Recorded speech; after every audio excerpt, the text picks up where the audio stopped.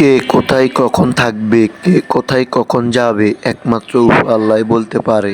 আসলে মূলত এমন সময় এমন জায়গাতে আসছি যেটা আমি কখনো ভাবিনি, হঠাৎ করি এই জায়গাটা আসা।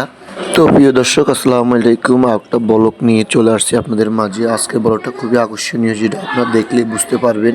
তো মূলত আমি মাওয়া আসছি, মাওয়া পদ্মা সেতু দেখার জন্য। এই যে দেখেন, এটা হলো পদ্মা সেতুর যে রেল রাস্তাটা মাঝখান বরাবর, এই রেল রাস্তাটা আমি এই মুহূর্তে আপনাদেরকে দেখাইতেছি। আসলে এখানে আসার পরে আমি দেখতেছি যে দারুণ একটা জায়গা, এলাকার দৃশ্য এবং কি সুইসাইডের খুবই আকর্ষণীয় একটা দেখার মতন জিনিস। তো আপনারা সবাই আমার সাথে থাকবেন, মূল ভিডিও আপনাদেরকে সম্পূর্ণ দেখাবো। তো চলুন।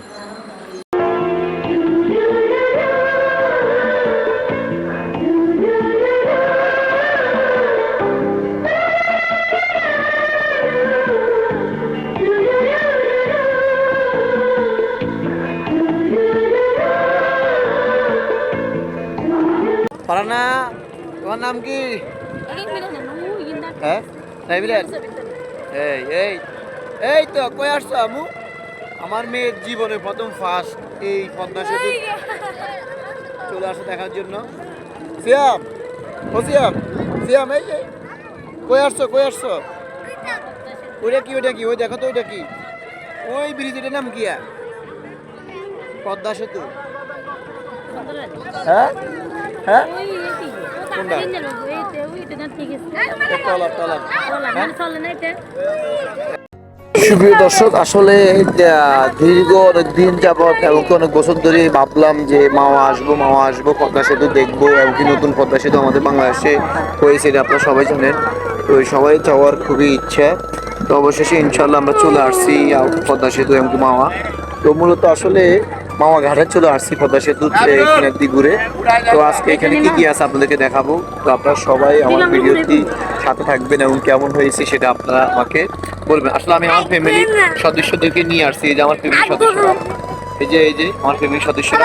সিয়াম, কেরম লাগছে তোমার থেকে? দেখি ভালো লাগতেছে। আজকে আপনাদের দেখাইতেছি, ঘুরে ঘুরে দেখেন। এটা হলো মাওয়া, আসলে এটা হলো মাওয়া ঘাট।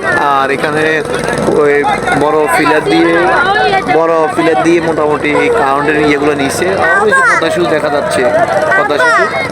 মূলত আসলে এটা মাওয়া ঘাট নামে পরিচিত। আসলে মূলত আপনাদেরকে দেখাতে চেষ্টা করতেছি আমি। পুরো ভিডিওটি আপনাদেরকে চেষ্টা করবো একটু একটু করে, যে কোন জায়গায় বাদ না যায়। এটা হলো আমার ফ্যামিলির সদস্যরা, এরা ঘোরার জন্য প্রস্তুত। ওই যে আমার বাবারা।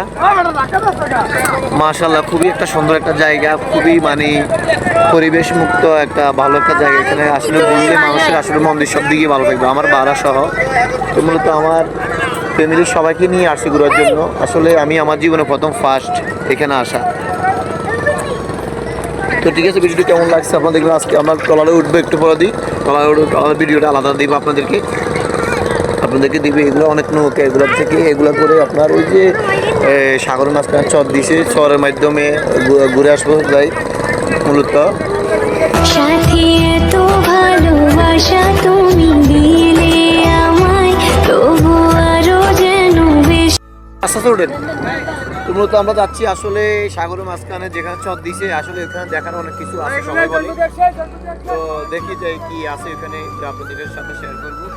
মাশাআল্লাহ করি অনেক মাস ঘুরে আসছে, আমরা এখন যাইতেছি।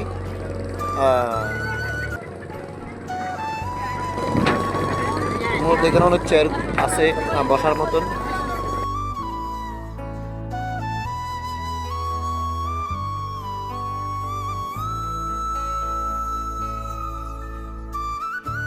এর জন্য এত কষ্ট করেছি, অবশেষে এই জায়গায় চলে আসছি। পদ্মা সেতু দেখা যাচ্ছে আমার পিছনে, আপনাদেরকে দেখাতে চেষ্টা করব। তো চলুন, আর কিছুক্ষণের মাধ্যমে ইনশাল্লাহ আমার নিচে চলে যাব।